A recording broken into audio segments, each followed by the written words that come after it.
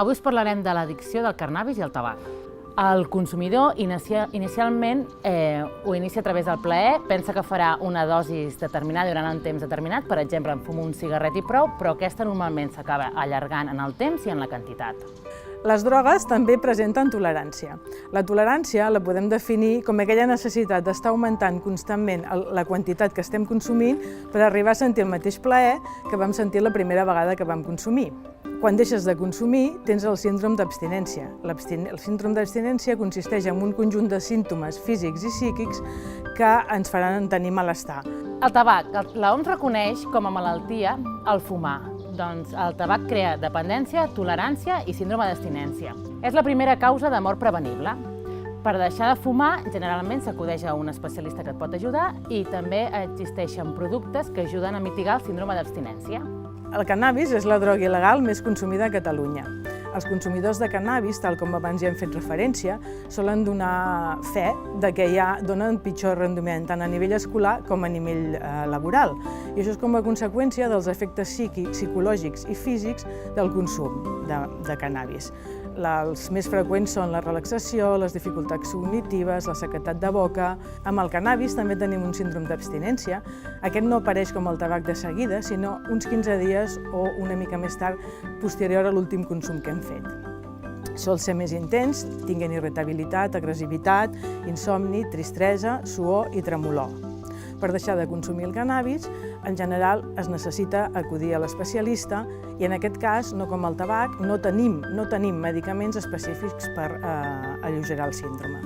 Encara que la majoria de persones que fumen cannabis no reconeixen aquesta doble addicció, el cert és que aquí a Espanya la majoria de gent ho pren de forma conjunta.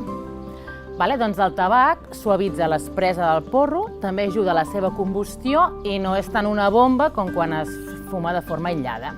Tot i que els dos productes van per canals diferents, els dos són responsables del sistema de recompensa i es potencien mútuament. I els dos es dispersen pel sistema dopaminèrgic. A curt termini tenim que ens dona una taquicàrdia, l'augment de la tensió arterial, hipotensió ortostàtica, que és que la pressió ens baixa de cop quan canviem de posició, fa un augment de la freqüència respiratori, tenim la conjuntiva sempre vermella, sequedat de boca i augment de la gana. La nicotina del tabac potencia els efectes sedatius i ansiolítics del cannabis, però també mitiga els efectes negatius. El consum de cannabis pot arribar a produir-nos una psicosi. A llarg termini tindrem que tots dos tenen els mateixos efectes. Tots dos irriten les vies aèries superiors, fan augment de la tos, de la bronquitis, més faringitis, més asma i finalment poden arribar a desenvolupar un càncer de pulmó. Què podem fer per prevenir aquestes situacions? Doncs tenim tres tipus de prevenció. La prevenció primària, que és aquella que es treballa sobre les persones que encara no consumeixen, informant-los de la situació. La prevenció secundària, que és amb les persones que han començat a consumir perquè no evolucioni ni avanci aquest consum. I la terciària, que és el tractament i rehabilitació de les que estan consumint. En aquest cas haurem d'adreçar a les persones cap al CAS, que són els centres on tracten les addiccions, prèvia visita en el metge de capçalera.